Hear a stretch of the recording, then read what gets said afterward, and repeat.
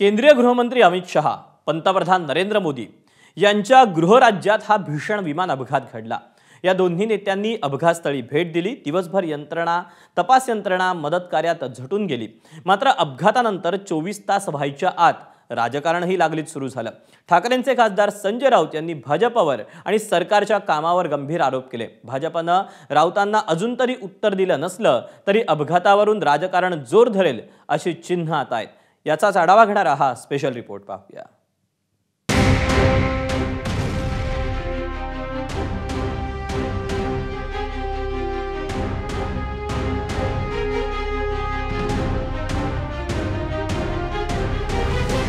अहमदाबाद विमान अपघातानंतर रात्री गृहमंत्री अमित शहा तिकडे पोहोचले।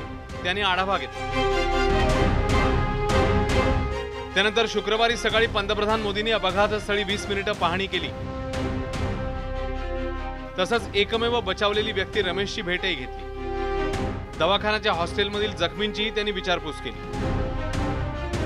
दहशतवादी हल्ला असो, रेल्वे अपघात असो की भीषण विमान अपघात, आपल्याकडे प्रत्येक गोष्टीत राजकारण आणलं जातच। अहमदाबाद भीषण विमान अपघातानंतर 24 तासाच्या आत तेच चित्र पाहायला मिळालं। या अपघाताची जबाबदारी कोणी घ्यायला तयार नाही। रेल्वेचे अपघात होत आहेत, पहलगाम सारख्या दहशतवादी हल्ल्यामध्ये लोक बळी जात आहेत, विमानाचे अपघात होत आहेत। पण सरकारच्या चेहऱ्यावर मला दुःखाची एक रेषाही दिसत नाही, वेदना दिसत नाही, पश्चाताप दिसत नाही। एअर इंडिया ज्याचं खाजगीकरण सरकारने केलं आहे आणि टाटांना दिलं आहे।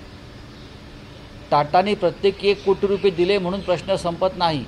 रेल्वेचे अपघात टाळता येत नाहीत, पेलगावचा हल्ला टाळता येत नाही, अहमदाबाद सारखा भयंकर विमान अपघात टाळता येत नाही। मग यांना टाळता काय येतं? काय टाळता येतं? मी परत सांगतो, आम्हाला या विषयात राजकारण करायचं नाही। ड्रीम लायनर जेव्हा विकत घेतले तेव्हा त्या ड्रीम लायनरच्या खरेदीबाबत, त्यातल्या तांत्रिक मुद्द्याबाबत प्रश्न उपस्थित करणारे भारतीय जनता पक्षाचेच लोक होते।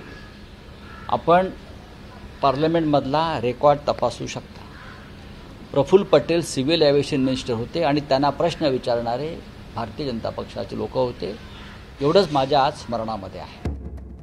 अपघात झाल्यानंतर मनसे अध्यक्ष राज ठाकरेंनी सुद्धा ड्रीम लायनर बद्दल अनेक प्रश्न उपस्थित केले होते।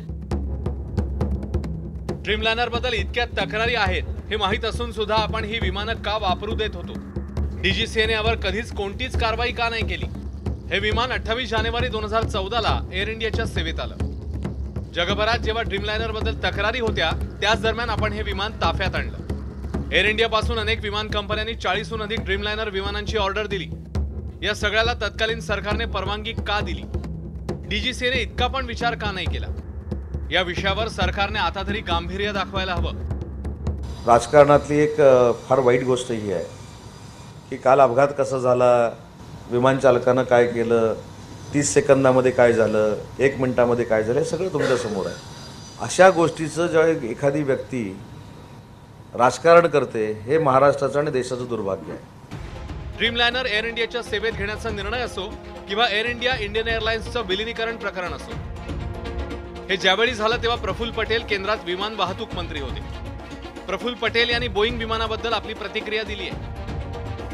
जगामध्ये आपण श्रेष्ठ जे देश आहे एव्हिएशनच्या बाबतीत, त्याच्या तुल्यबळ आपल्याकडे सगळे यंत्रणा आहे आणि त्याचे आपले चेक्स अँड बॅलन्सेस आहे। आपले मेंटेनन्स स्टँडर्ड्स म्हणा, फ्लाईंग मॅन्युअल्स म्हणा, सगळं जे आहे आपण ऑल इन प्लेस आहे असं म्हणता येणार नाही। मी आजही कोणालाही सांगतो की विमानात बसायचं असेल, 787मध्ये आज प्रवास करायचा असेल तर अजिबात तुम्ही घाबरू नका।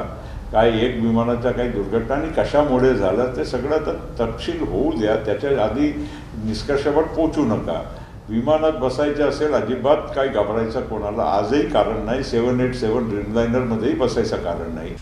अपघातावरून राजकारण करायचं नाही असं म्हणत 24 तासाच्या आत संजय राऊत यांनी राजकीय आरोप केले।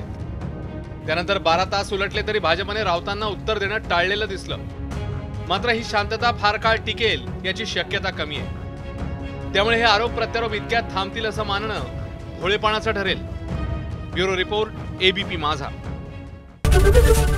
एबीपी माझा, उघडा डोळे बघा नीट.